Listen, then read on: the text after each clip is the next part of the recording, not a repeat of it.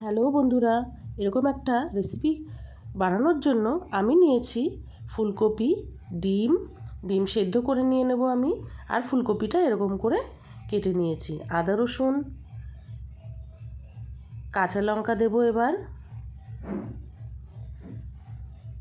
আমি 4টে দিয়েছি, তোমরা স্বাদ মতো দিতে পারো। পেঁয়াজ, টমেটো আমি একসঙ্গে পেস্ট করে নিচ্ছি। এবার আমি সর্ষের তেলের মধ্যে নুন আর হলুদ দেবো। নুন হলুদ দিয়ে ডিমটা ভাজবো, তাহলে ছিটবে না। ভালো বেশ আস্তে আস্তে ডিমটা ভালো ভাজা হয়ে যাবে, কিন্তু তেল ছিটবে না। এরকম করে আমি ডিমটা লাল লাল করে ভেজে নেব। আমার এই ডিম ভাজা হয়ে এসছে। এখন আমি ডিমটাকে তুলে নেব। এই ডিম তুলে নেওয়ার পরে আমি এবার আলুও ভেজে নেব ভালো করে, লাল লাল করে। এইভাবে আমি ভেজে নিচ্ছি। এখন আমি আলুটাকে তুলে নিলাম। এই তেলের মধ্যেই আমি আবার ফুলকপিগুলোও ভেজে নেব। ফুলকপিটা খুব সুন্দরভাবে নেড়েচেড়ে ভেজে নিচ্ছি। নিয়ে আমি তুলে নিলাম। তেজপাতা, শুকনো লঙ্কা, জিরে সম্বার দিয়ে পেস্ট করা মশলাটা আমি দিয়ে দিলাম। কিছুক্ষণ কষে নিয়ে এর মধ্যে আমি নুন হলুদ দেব। আবার নেড়েচেড়ে এবার আমি জিরের গুঁড়ো দিয়ে দিলাম।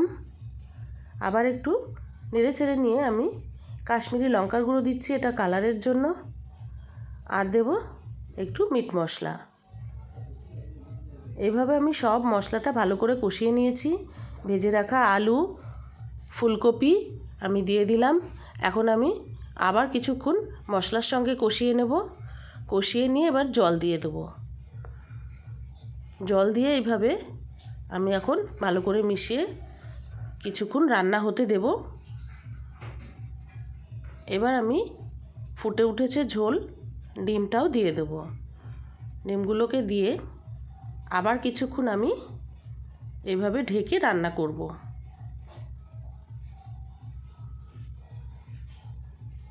ঢেকে দিয়ে রান্না করার পরে 10 মিনিট পরে আমি এবার সব সবজি সেদ্ধ হয়ে গেছে। এবার আমি গরম মশলা দিয়ে নাড়িয়ে চাড়িয়ে ধনেপাতা দিয়ে দিলাম সবার শেষে। এইভাবে আমি সবজিটা, এরকম একটা সবজি পাওয়ার জন্যই অবশ্যই ভিডিওটা দেখার জন্য অনুরোধ থাকলো।